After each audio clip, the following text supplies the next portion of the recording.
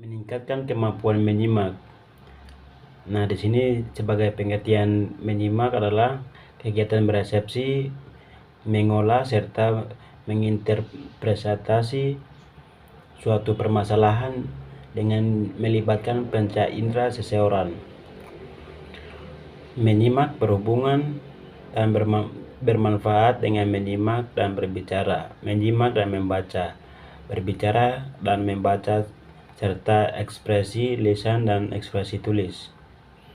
Pengertian menyimak menurut para ahli. Menurut Russell 1959,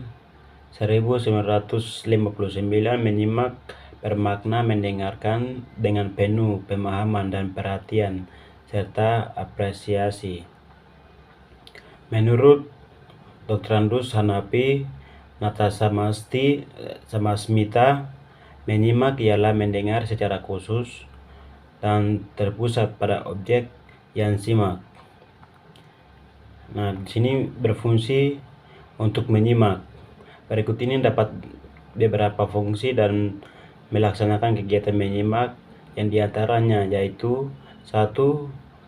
Membuat hubungan antar pribadi lebih aktif, memperoleh informasi, ada hubungan atau sangkut pautnya dengan pekerjaan atau profesi. Yang ketiga, dapat memberikan respon yang tepat. Yang keempat, mengumpulkan data agar dapat membuat keputusan-keputusan yang masuk akal. Nah, di sini tujuan menyimak. Tujuan menyimak menurut Tagihan, tujuan menyimak ialah menyimak untuk belajar, menyimak untuk menikmati keindahan audio,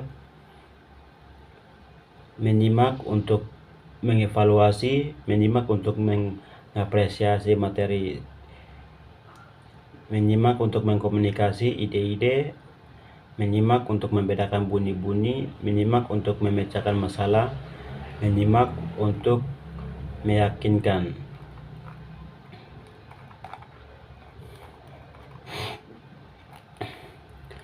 Di sini sebagai tujuan secara umum sebagai berikut. Menyimak untuk belajar, di mana orang tersebut bertujuan agar ia dapat memperoleh pengetahuan dari bahan ujaran sang pembicara.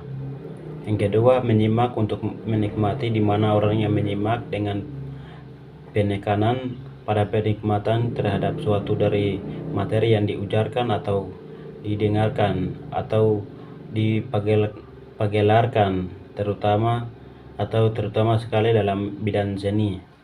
Yang ketiga, menyimak untuk mengevaluasi, di mana orang menyimak dengan maksud agar ia dapat menilai apa-apa yang dia simak, baik buruk, indah, jelek, tepat, ngawur, logis, tidak logis, dan lain-lain. Yang keempat, menyimak untuk mengapresiasi, di mana orang yang menyimak dapat dinikmati serta menghargai apa yang dia simak, itu misalnya pembaca berita, puisi, musik, dan lagu, dialog, diskusi, panel, dan pendebatan. Ciri-ciri menyimak. Berdasarkan pendapat, dapat disimpulkan menyimak yang baik memiliki ciri-ciri sebagai berikut: siap fisik, mental, atau kondisi stabil, konsentrasi, tingkat 3 motivasi yang penuh, yang keempat tidak mudah terganggu, yang kelima menghargai pembicara, yang keenam bersikap objektif, yang ketujuh bersikap kritis, yang kedelapan memiliki kemampuan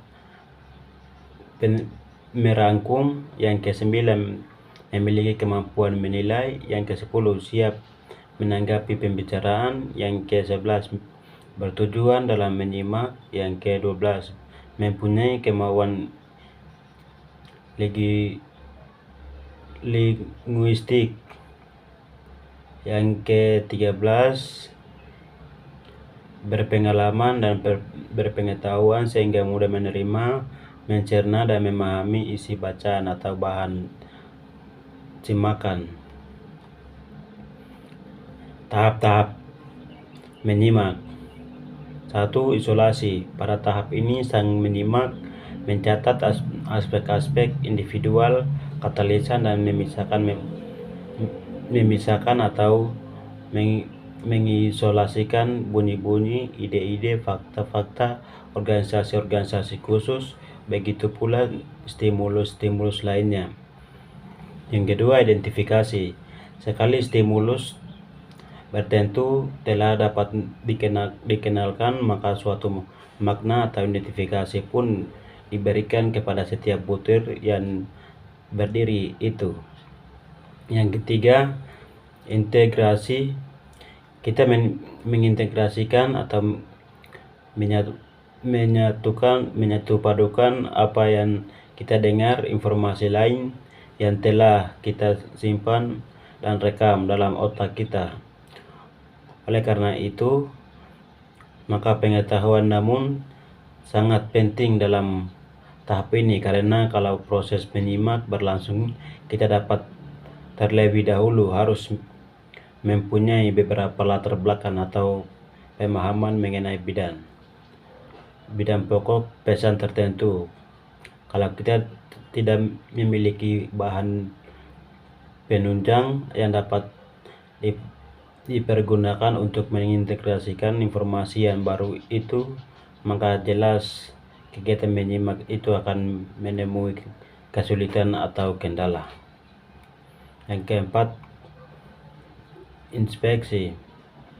Pada tahap ini, informasi baru yang telah kita terima dikontraskan dan dibandingkan dengan segala informasi yang telah kita miliki mengenai hal tersebut.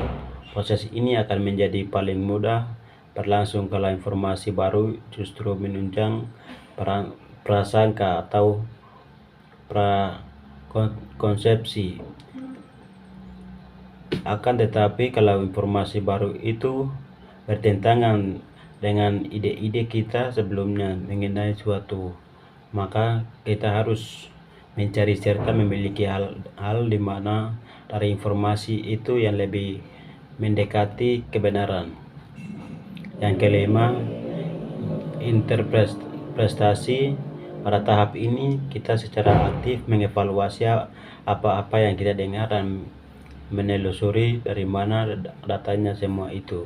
Kita pun mulailah menolak dan menyetujui, mengakui dan mempertimbangkan informasi tersebut.